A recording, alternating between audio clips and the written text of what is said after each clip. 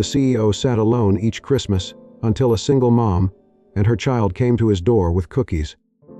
Each Christmas Eve, Graham Elridge did the very same.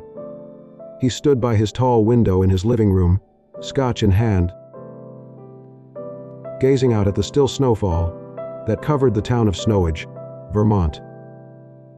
The view beyond the window was like something from a postcard. Soft lights shining from each dwelling, smoke rising lazily from chimneys, the distant sound of holiday music wafting on the cold air. Within his house, though, the silence was total.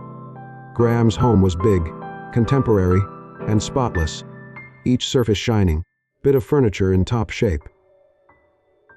The tree in the corner was covered with silver and white trimmings, classy but sterile, lay at its base. The fireplace was black.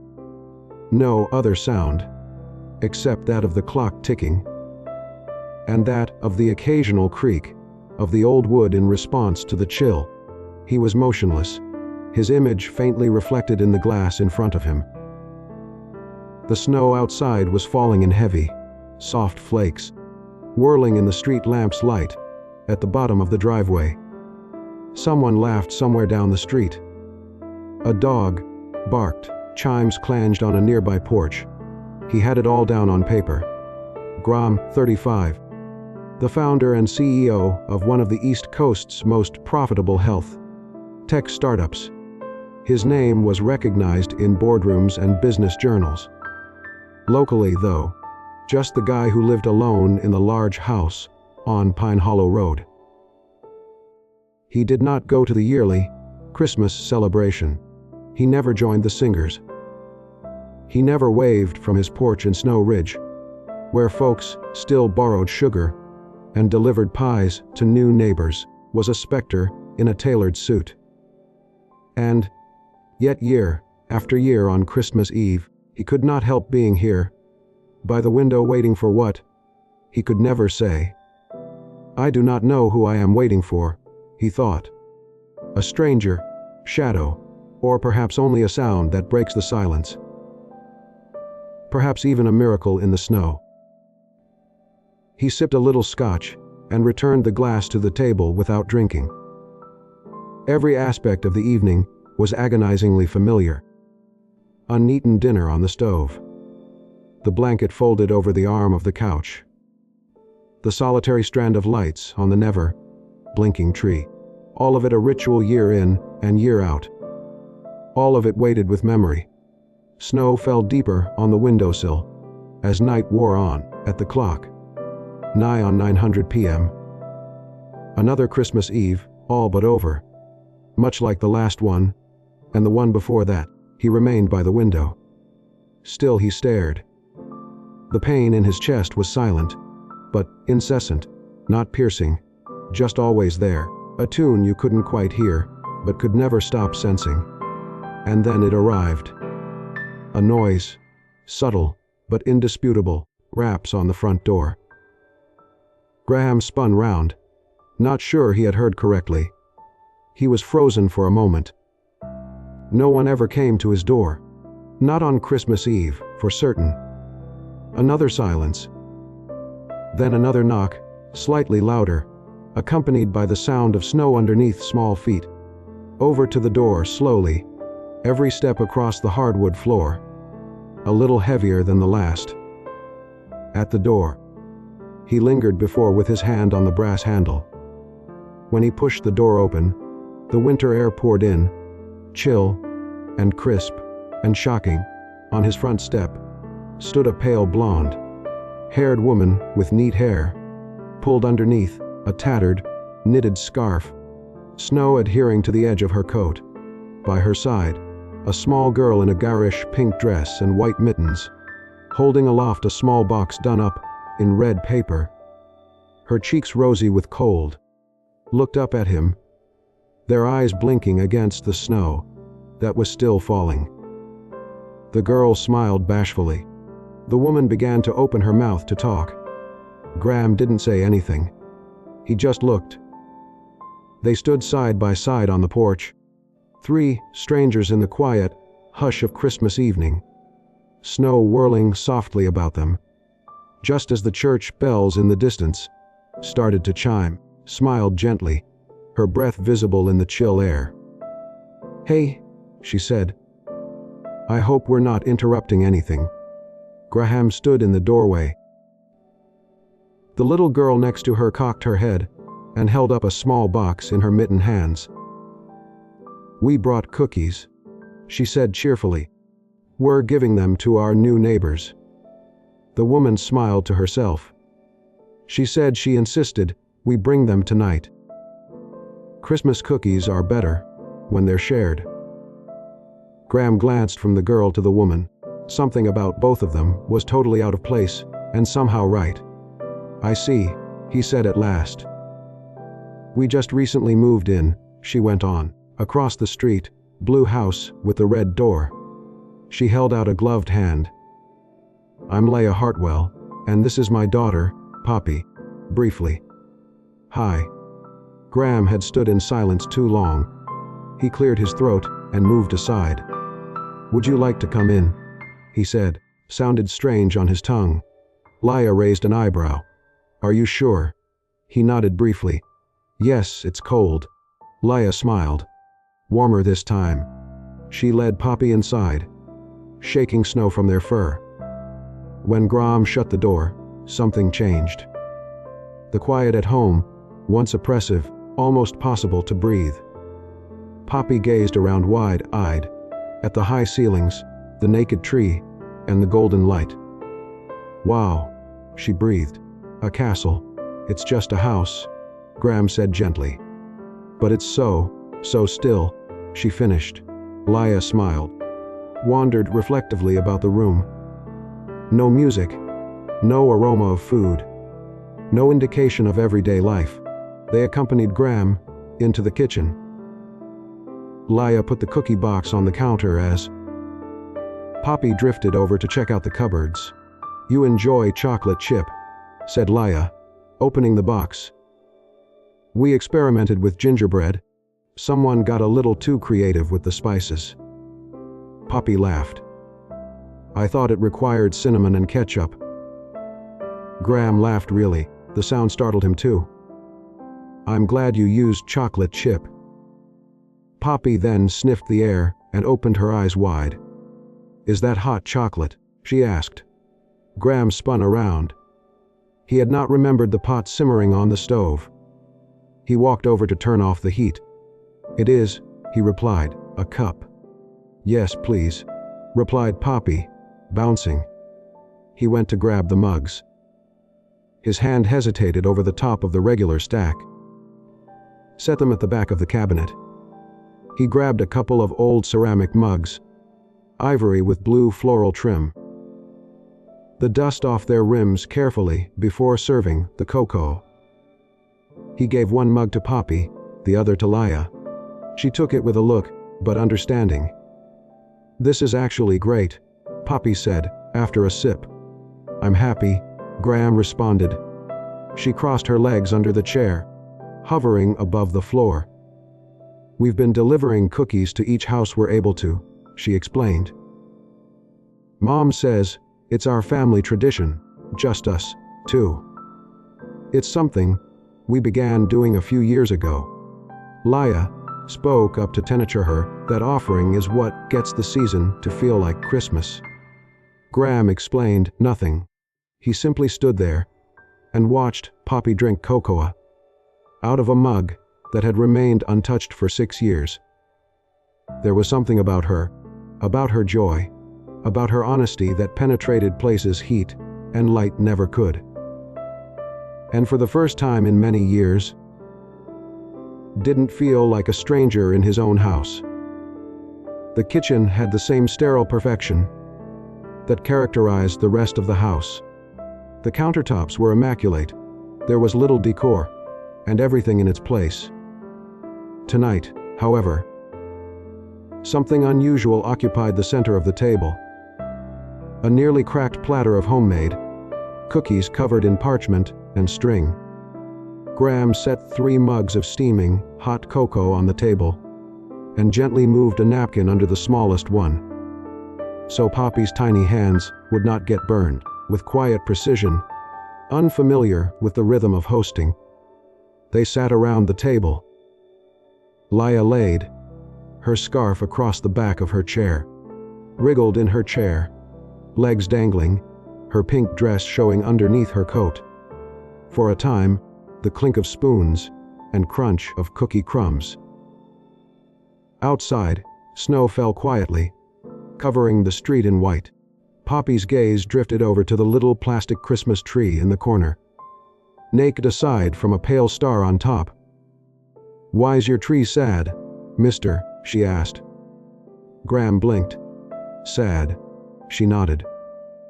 "It looks like it doesn't have anyone to play with." Laya snickered gently. Graham, caught off guard, let out a dry, genuine smile. "Well," he said, "it's been living alone for a while. It got used to it." That answer seemed to satisfy her for the moment, and Graham chatted about the town and the cafe where she worked. Poppy quietly slipped from her chair. Neither of them noticed right away. She tiptoed to the tree, untied the pink bow from her blonde hair, and carefully fastened it to the highest branch. Then she removed a few of the red, wrapped candies from her jacket pocket and draped them over the bottom branches. Last, she pulled gently at the bottom of her dress, unraveled a little white lace thread, and draped it as a garland about the center of the tree. "There," she said, standing back. "Now it has friends." Graham spun, surprised. The small tree, once neglected, now glowed softly, not with shiny decorations, but with the gifts of a 5-year-old girl. Laya stood next to him, her hand over her mouth, eyes glassy, approached. He crouched down beside Poppy and carefully realigned the bow. "I think," he whispered, "is perhaps the happiest the tree has ever been." Poppy beamed. Laya considered Graham no longer a mystery, the solitary man in the large house, but a person who had gently opened his world to something delicate and true. Later, the clock close to 10, Laya wrapped Poppy up in her coat and gloves. Snow had begun to accumulate on the walkway. Graham accompanied them to the door. "Thank you for inviting us," Laya said. "It meant more than you know." "Thank you for visiting," Graham said. Just as Laya was reaching for the door, Poppy ran back. She encircled Graham's waist with her arms and squeezed. She leaned up on her tiptoes and whispered, "I left my bow on the tree, so tomorrow it won't look lonely." Graham remained immobile, locked on her, as she skipped away to stand beside her mother. He saw them disappear into the snow, their forms dwindling slowly down the hill. The mugs of cocoa sat on the table. The air still resonated with laughter, and on the other side of the room, on the once-a-forgotten tree, the soft pink bough danced lazily in the warmth from the vent. It was the first something had left behind in his home in years, first thing that hadn't been reclaimed. The snow remained unmelted for weeks. Snow Ridge town was still shrouded in white, its streets bordered with icicles and windows frosted in lacework. But for Graham Elridge, something was different after that night. The quiet in his house still lingered, but it no longer felt empty, just quiet, as if a room unoccupied. And then, slowly, his routine changed. Started with early morning strolls along Main Street. Short stops followed at the local bakery, where Laya worked part-time. The first time he went in, she seemed surprised, politely. He ordered coffee and a croissant, thanked her and departed. The following day, Poppy sat at the counter with a coloring book and apple juice. When she spotted him, her face lit up. "Mr. G," she greeted. Graham soon came in each day. At times he lingered 5 minutes, at times 20. He inquired about her aspirations, to open a cookie stall at the winter market. She dismissed it, saying she didn't have the time, the money, paperwork. Graham simply nodded. A few days later, an email popped into her inbox. A local grant application from a new startup program, supported by Elridge Innovations. No signature, no explanation. But Laya knew. She never said a word. Neither did he. Meanwhile, Graham and Poppy became close in the easy way that only occurs when someone listens, really listens. She asked him to the winter craft fair. He arrived gangly in a scarf, carrying cider, and not pretending not to smile. She coaxed him into building a snowman with her in the town square. He did, leather gloves and all. During holiday story hour at the library, he sat next to her, reading aloud in goofy voices while she snickered through each page. "Mr. G reads funny," she whispered to later. "I like it." Something unspoken hovered between Graham and Laya. Their connection was warm but cautious. They laughed easily but moved carefully. She never assumed. Then one day in the bakery, Graham cleared his throat and asked, "If you're free, you and Poppy would like to come over for dinner." Laya raised a brow. "Are you baking?" He grinned, sheepish, trying. She looked over at Poppy. "Yes." That Friday night, the air was cool with pine and chimney smoke. Graham's house appeared changed. The tree, in the corner, remained, but now it bore Poppy's candies and pink bow. A couple of handmade paper snowflakes hung in the window. Laya came carrying Poppy's backpack and a bottle of wine.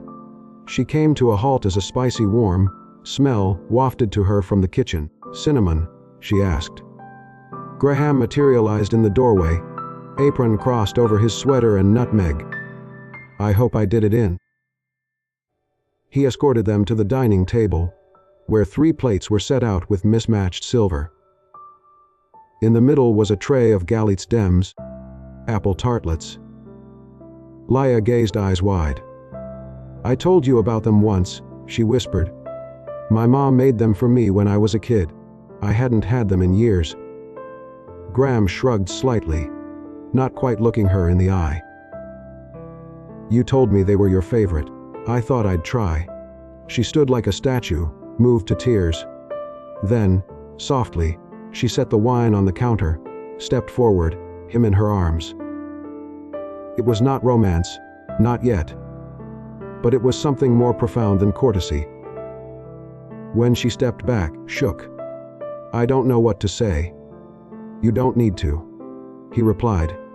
In the kitchen, Poppy had already snatched a tartlet and was humming a Christmas song, slightly flat as she licked cinnamon off her fingers. Laya blinked away tears.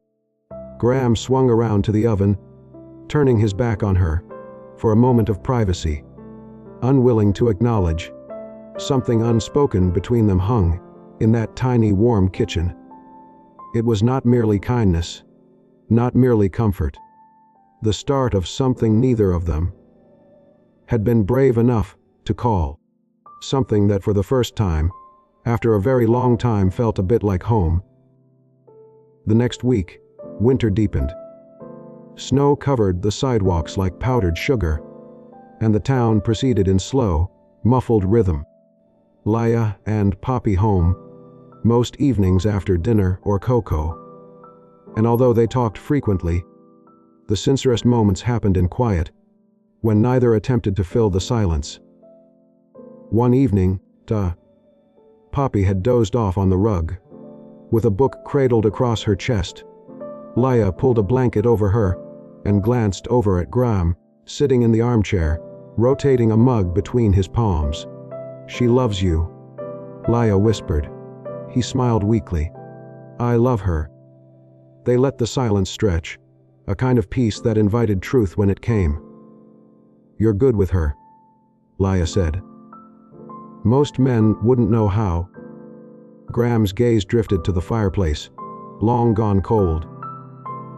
"I think it's because," he said quietly, "I always thought I'd be a father." Laya turned, eyes softening. My wife was 6 months, was pregnant when she passed away. He stated. Mug. Car wreck. It was snowing that evening. The words were plain. Bare facts.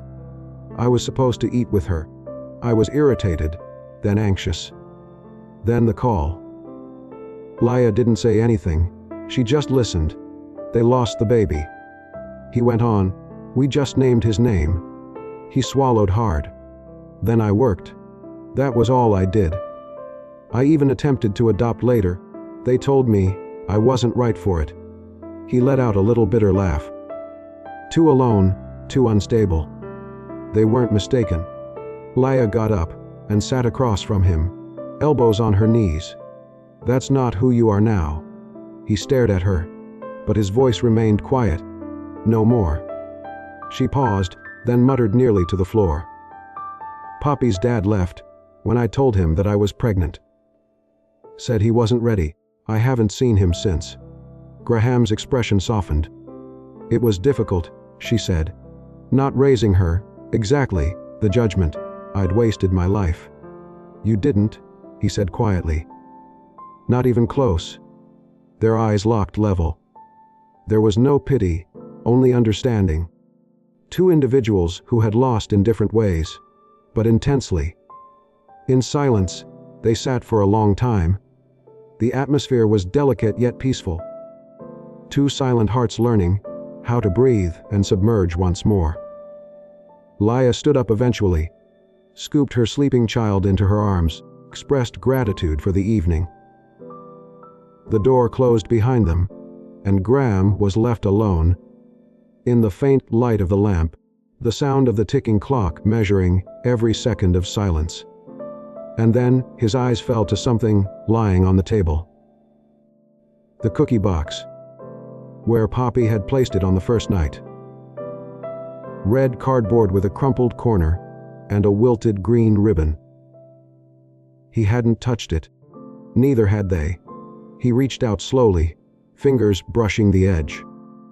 For a moment, he just held it, feeling the heaviness of what it meant. Not sugar or flour or ribbons, but something much more precious, connection.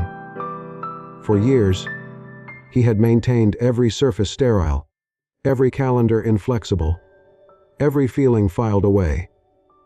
But now, seeing that plain little box, he felt the walls he'd constructed begin to warp.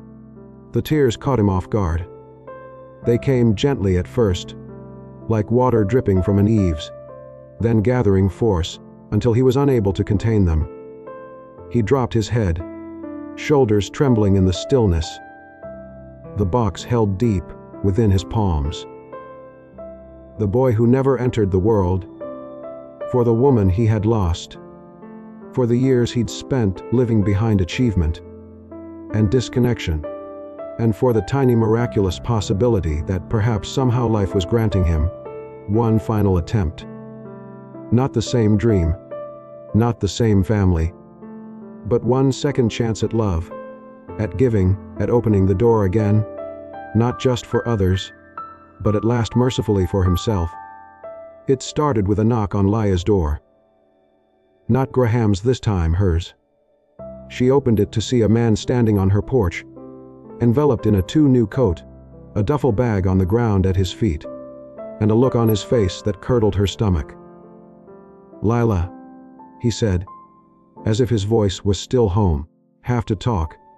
That man was Daniel Reeves, Poppy's biological father, who had left the second Laya informed him she was pregnant 5, and 1 pretty 2 years before. Now all of a sudden, he was here in Snow Ridge, and stating he wanted to be involved in his daughter's life. But he did not come here to request. At the end of the week, got an official letter from a regional attorney. Daniel had submitted for partial custody. He had relocated to Vermont, discovered temporary work, and said he was willing to get involved. Laya sat on her living room floor, letters shaking in her hands. At school, Graham was working. She had never felt more isolated. She could not afford an attorney. And worse, some part of her still lingered with that old shame, That whisper of people saying she was irresponsible, unstable, too young, too alone. Now, charm, nice haircut. In the courtroom, he could fabricate any tale he liked. That evening, when she revealed it to Graham, not much above a whisper, he heard her out without pausing, then carefully placed his mug on the table and asked, "Do you want me to help?" Laya hesitated. She gazed down at her hands, not able to look up at his eyes. "Want to take advantage of you," she said. "This is not for you to do." I am ashamed even mentioning it." Graham moved closer. "Lala," said softly, "you never asked me to anything. I am not doing this because you pleaded with me, or because I feel bound." He paused until she raised her eyes. "I am doing this because you and Poppy need someone to be at your side. That is all. Do not need bear this by herself." Her throat constricted. She nodded, tears spilling close to the surface, but she held them back. 2 days. Graham had discreetly retained one of the state's most respected family law lawyers. Laya objected at first, but he merely said, "Do what I can, please." He also promised to act as a character witness. The courtroom was tiny and wood-paneled, nestled in the next town over. Laya sat rigidly beside her lawyer, while Daniel slouched comfortably across the aisle. Graham sat in the second row, his suit pristine, expressionless. Then the judge called him up. Graham stood, adjusted his jacket, and made his way to the witness stand. He testified clearly, calmly. "I have known Laya Hartwell and her daughter for a number of months," he started. "During that period, I have seen woman bring up a child with so much love, grace, and strength than numerous two-parent families I've observed." He stopped, his eyes meeting the judge. "Poppy is contented, well looked after, loved intensely. She's flourishing due to her mother." Daniel's attorney attempted to shake him with questions regarding his bond, his motives. But Graham kept strong. "I am not a family," he told them. "I do care about them a great deal. And if this court is concerned about whether Poppy will lead a stable, secure life, give everything I own to make it so." Then he shifted a little, voice dropping just far enough to mellow the room. "Poppy requires is a father figure. If she needs someone who will be there day by day in each still moment that counts, then I am ready." Straight at Daniel. "Not in an attempt to take anyone's place, but simply because I will never leave." Quiet descended over the courtroom. Even the clerk broke off in her typing. Laya was stiff, tears streaming down her cheeks now, her hand tightly over her heart. In that instant, who'd once closed the world out had just thrown it open, and all the people in that room felt it. 1 year later, looked exactly as it always did in December. Still streets lined with wreaths, strings of white lights, shining under coating of frost, pine trees swathed in red ribbon around every store. But the house at the end of Pine Hollow Road was not the same anymore. The cold walls, bare, rang out with laughter now. Crumpled up wrapping paper covered the living room floor.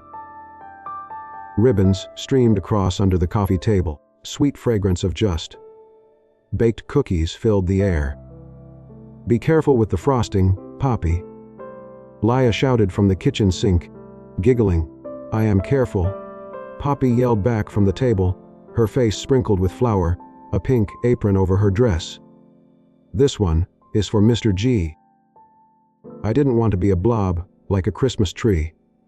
Graham came into the room just in time to hear that, still shaking snow from his coat. He stopped in the doorway, smiling to himself. "Hey," he said, hanging the coat on the hook, "are we making a blob out of this time?"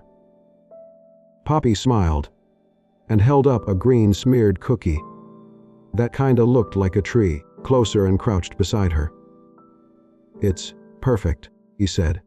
Poppy smiled, extra icing, "Because I know you always tell me you don't want any, but then you steal mine anyway." Graham feigned a gasp. "You have gotten past my guard." Laya presented him with a steaming mug of cider, wiping at the flour on his shoulder. "Welcome home," she said, at her then. Really looked at her. Her golden hair back in a loose bun, sleeves pushed up, cheeks rosy from the heat of the oven. This was the one he cherished most. Not that he ever uttered the words aloud. Neither had they. They did not have to. Everyone in town was aware. The manor. Graham walked beside her. In the winter market. Cradling Poppy's handmade items, as if they were jewels. The manor. Laya, always reserved for him.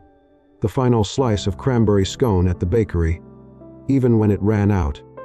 The way he demonstrated up at school. Playing in snowball. Fighting with thermoses of cocoa and mittens. Stuffed in his pockets for emergencies. A big announcement that they were together.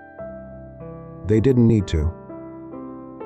And when the judge signed off on the paperwork 2 months ago, making Graham Poppy's legal guardian, nobody questioned it. Not even the town gossip.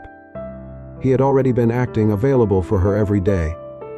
He never attempted to take the place of anyone.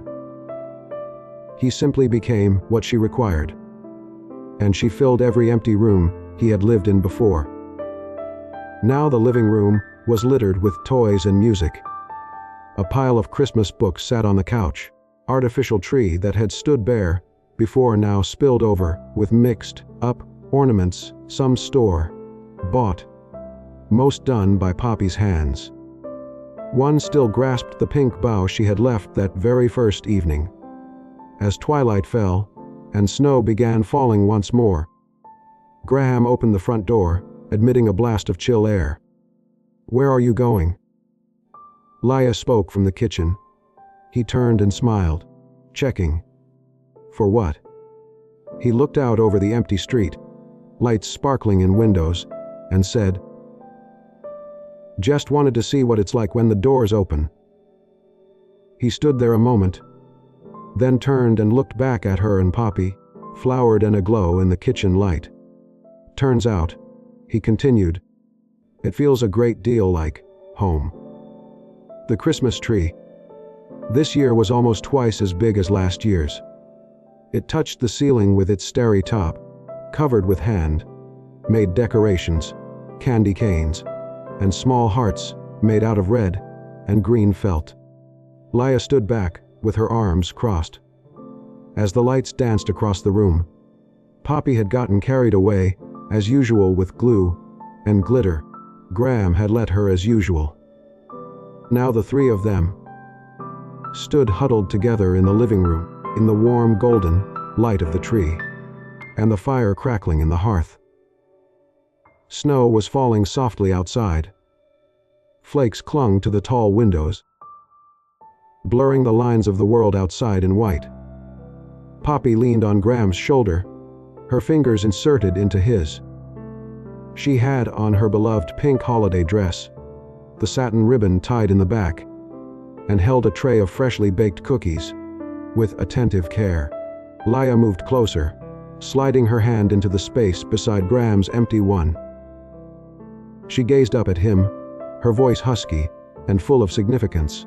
"You saved us," she breathed. "Me and Poppy. You gave us back something we never thought we'd have again." But Graham shook his head, tightening his fingers around hers. "No," he said. "You two saved me." His eyes fell to Poppy, who was humming a carol under her breath, extra cookie to the tray. "I didn't know what a family was supposed to feel like," he went on. "Not really. Not until I opened that door and discovered you both waiting there." Laya's eyes shone. Graham got up from Poppy and went down on one knee, so they were eye to eye. She smiled at him, sweet and gentle, with powdered sugar still on her cheek. "From here on," he said to her. Each Christmas, the first knocking on the door. Just to remind you how much I love entering. Poppy's face lit up. She leaned forward and pecked him on the cheek, then gingerly scooped up the tray of cookies once more. Time to knock, she announced smugly. Graham pushed open the front door, admitting the cold night air. The world outside was quiet, with lights and the distant ring of bells from the church tower. Downtown. The little girl in the pink dress walked onto the porch tray. Then, with a giggle, she turned and knocked lightly.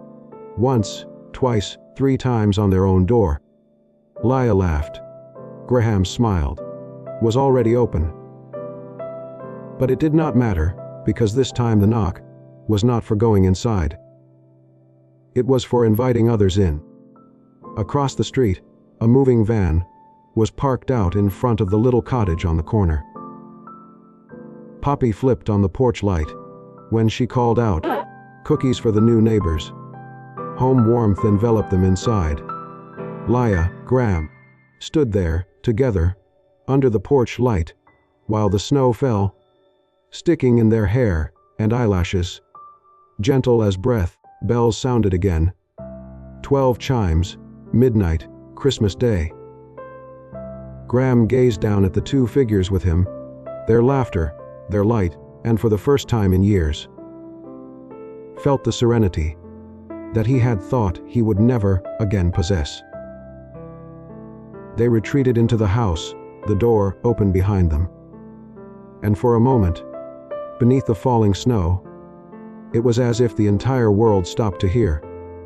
And then, softest whisper, was the sound of 3 hearts beating time, and the promise of a life just starting. The CEO who waited alone each Christmas. A hushed tale of love and loss, and the miracle of second chances. If it touched your heart, smiled at you, or brought a tear to your eye, hit the hype button to demonstrate your support. Don't forget to subscribe to Stell. Stirring stories for further emotional, heartwarming stories that remind us, even in the harshest seasons, hope still knocks. Thanks for watching. Until next time, remain warm, remain kind, and keep believing.